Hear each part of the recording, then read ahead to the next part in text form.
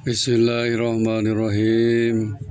Assalamualaikum warahmatullahi wabarakatuh. Alhamdulillahirabbil alamin. Wassalatu wassalamu ala asrofil anbiya'i wal mursalin wa ala alihi wa sahbihi ajmain. Asyhadu an la ilaha illallah wa asyhadu anna Muhammadan abduhu wa rasuluh. Allahumma sholli ala Muhammad wa ala ali Muhammad kama shallaita ala Ibrahim wa ala ali Ibrahim wa barik ala Muhammad kama barakta ala Ibrahim wa ala ali Ibrahim fil alamin innaka Hamidum Majid. Ya ayyuhal hadirun ittaqullaha haqqa tuqatih wa la tamutunna illa wa antum muslimun. Wa qala Allah ta'ala fil Qur'anil Karim, a'udzu billahi minasy syaithanir rajim. Bismillahirrahmanirrahim. Ya ayyuhalladzina amanu athi'ullaha wa athi'ur rasul wa ulil amri minkum. Fa in tanaza'tum fi syai'in farudduhu ila Allah war rasul in kuntum tu'minuna billahi wal yaumil akhir dzalika khairu wa ahsanu tawila. Shadaqallahul adzim. Saudara-saudaraku yang dirahmati Allah Subhanahu wa taala, syukur alhamdulillah atas inayah hidayah taufik Allah Subhanahu wa taala. Pada saat ini kita masih diberi nikmat oleh Allah Subhanahu wa taala, khususnya nikmat iman, nikmat Islam, dan nikmat sehat, dan juga nikmat rezeki. Mudah-mudahan segala macam nikmat yang telah Allah berikan kepada kita pandai untuk mensyukurinya. Amin ya Allah ya rabbal alamin. Salawat serta salam mudah-mudahan dilimpahkan kepada junjungan alam habibana nabiyina Muhammad sallallahu alaihi wasallam, juga kepada keluarganya, para sahabatnya, dan tidak lupa kepada kita sebagai umatnya. Amin ya Allah ya rabbal alamin. Hadirin yang dirahmati Allah SWT, marilah kita tingkatkan keimanan kita dan ketakwaan kita kepada Allah SWT dengan cara melaksanakan segala perintahnya dan menjauhi segala larangan-larangannya. Saudara-saudaraku yang dimuliakan Allah SWT, marilah kita memohon kepada Allah SWT, mudah-mudahan kita semua dilindungi, dijaga, dan dimudahkan dari segala urusan, baik urusan dunia maupun urusan akhirat. Dan mudah-mudahan keluarga kita menjadi keluarga sakinah, mawaddah warahmah, anak-anak kita, cucu kita menjadi anak yang soleh dan solehah. Amin ya Allah ya rabbal alamin. Hadirin yang mulia, dalam mukadimah tadi saya bacakan ayat suci Al-Quran surat An-Nisa ayat 59. A'udzubillahi minasyaitonir rajim. Bismillahirrahmanirrahim.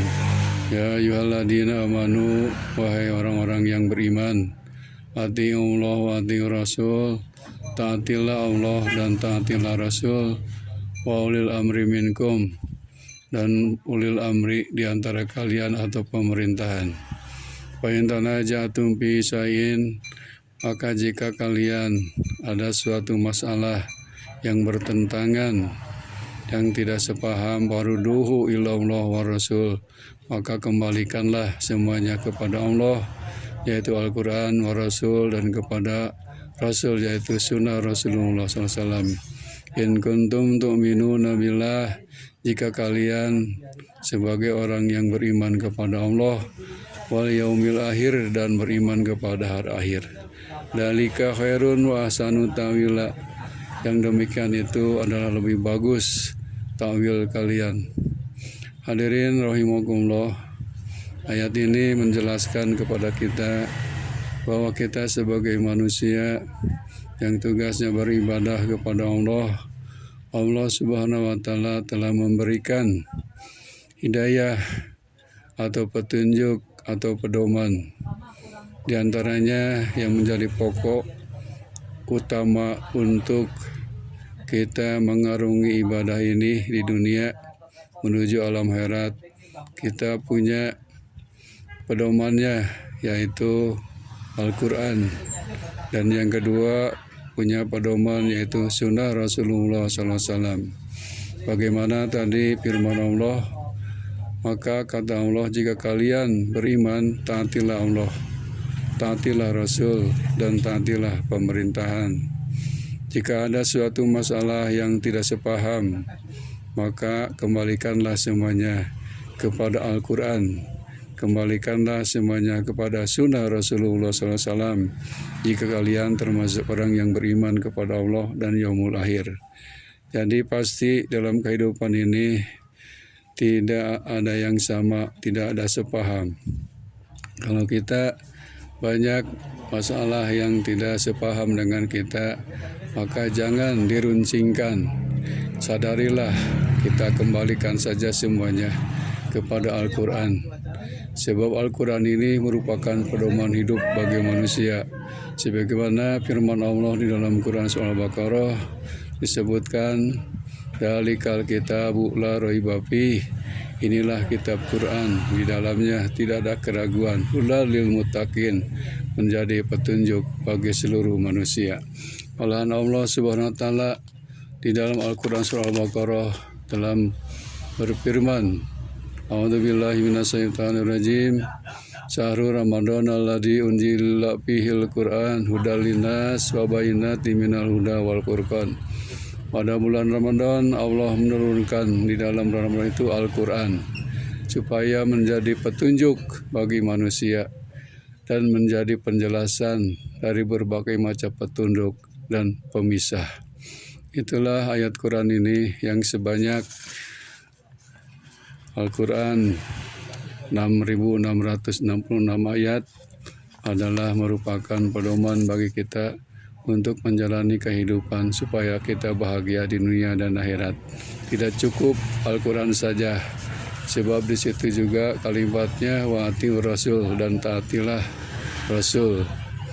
Rasul di sini adalah utusan Allah, dan kita sebagai umat Islam kebetulan Rasul kita adalah Rasul yang terakhir, Nabi Muhammad SAW. Malahan Nabi Muhammad SAW telah bersabda di dalam hadis yang mana beliau menyatakan waktu beliau sebulan lagi mau meninggal dunia, kalimatnya adalah taraktu fikum amrain. Kami telah meninggalkan kepada kalian dua pusaka. Fa inna masaktum bihima, jika kalian berpegang teguh kepada dua pusaka itu, lan tadilu abada, tidak akan tersesat selama-lamanya. Kitab Allah wa sunnata Rasulillah, yaitu kitab Allah Al-Quranul Karim dan sunnah Rasulullah SAW. Jadi kita ibadah ini harus berdasarkan Al-Quran dan harus berdasarkan hadis atau sunnah Rasulullah SAW. Banyak diantaranya hadis-hadis yang kita paham, yang kita ketahui, tapi yang populer hadis itu yang disebut dengan hadis sahih, yang populer 9 imam hadis sebagai sumber rujukan atau yang disebut kutubus tis'ah, yaitu pertama Sahih Bukhari, kedua Sahih Muslim, yang ketiga Sunan Abu Daud, yang keempat Sunan Tirmidzi, yang kelima Sunan Nasai, yang keenam Sunan Ibnu Majah, yang ketujuh Sunan Ahmad, Musnad Ahmad, yang kedelapan Muwatta Malik, dan yang kesembilan Sunan Darimi. Itulah para ahli hadis yang populer dan hadisnya adalah sahih. Di antaranya para imam itu, para muhaddisin itu hafal beribu-ribu hadis. Seperti Imam Bukhari, beliau hafal 4.000 hadis. Malahan sebelum diseleksi, beliau hafal 7.278 hadis. Akhirnya diseleksi menjadi 4.000 hadis. Kemudian Imam Muslim, beliau hafal 300.000 hadis. Kemudian Abu Daud hafal hadis Rasulullah SAW sebanyak 4.800 hadis. Dan kemudian Imam At-Tirmidzi hafal sebanyak 3.956 hadis. Kemudian Imam An-Nasai beliau hafal sebanyak 5.774 hadis. Ibnu Majah juga hafal beberapa hadis Rasulullah SAW sebanyak 4.000 hadis. Hadis-hadis ini bisa dipertanggungjawabkan, termasuk hadis yang sahih. Jadi kita beribadah harus sesuai dengan perintah Allah, harus sesuai dengan contoh Rasulullah SAW. Kalau kita beribadah membuat aturan sendiri, maka ibadah kita tidak akan diterima. Karena ibadah ini harus berdasarkan ilmu dan harus berdasarkan ada contoh dan berdasarkan ada perintah atau larangan dari Allah Subhanahu wa taala. Hadirin rahimakumullah, inilah yang berhubungan dengan ayat Al-Qur'an tadi, bahwa kita ini harus hati-hati dan waspada, bahwa Imam Al-Ghazali sudah menyebutkan di dalam kitab Ihya Ulumuddin, ada 3 jenis ulama yang harus diketahui oleh kita. Janganlah salah pilih. Yang pertama, imam lukun nafsahu agaru wahumul masiru awanayat lubud dunya al-ma'muluna alaiha. Yang pertama, ulama yang mencelakakan diri dan orang lain, yaitu ulama yang terang-terangan mencari dunia dengan ilmu dan jabatannya. Jadi orang yang berilmu, padahal di situ al-ulama warasatul anbiya, para ulama itu adalah pewaris nabi. Tapi ini ada ulama yang menyelewengkan, niatnya sudah salah, tujuannya sudah salah. Dia itu bertujuan mencari ilmunya, mengamalkan ilmunya karena dia ingin mencapai kehidupan dunia dan jabatan yang dikejar-kejar. Yang kedua, wa imam mas'udun nafsahu agaruhu wa humudda'una illallah subhanahu wa ta'ala dohiron wa batina.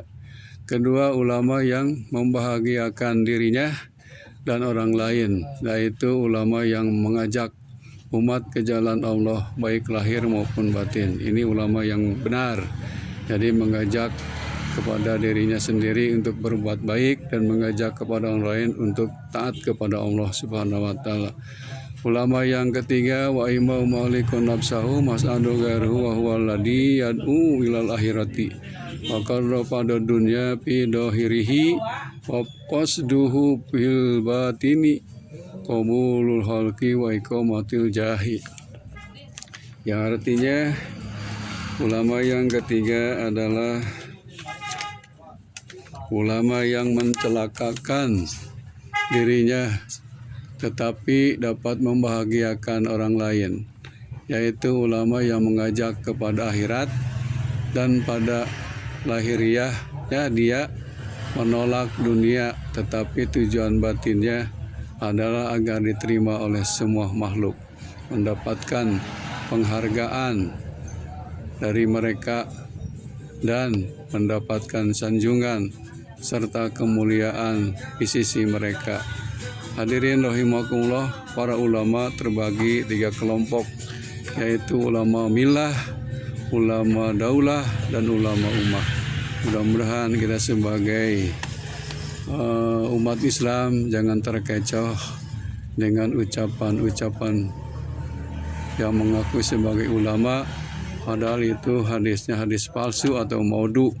Harus kita cek ulang bahwa hadis Rasulullah SAW itu ada yang maudhu, ada yang palsu, ada juga yang hadis dhaif, lemah, tidak bisa dipakai untuk hujah atau argumentasi, karena Rasul sudah menyatakan kepada kita bahwa Allah SWT telah menyampaikan melalui ayat Al-Quran yang berbunyi adalah laqad kana lakum fi Rasulillahi uswatun hasanah.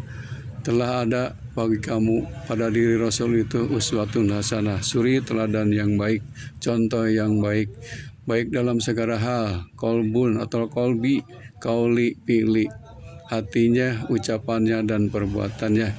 Jadi tidak cukup hati saja, tapi harus ada tiga-tiganya.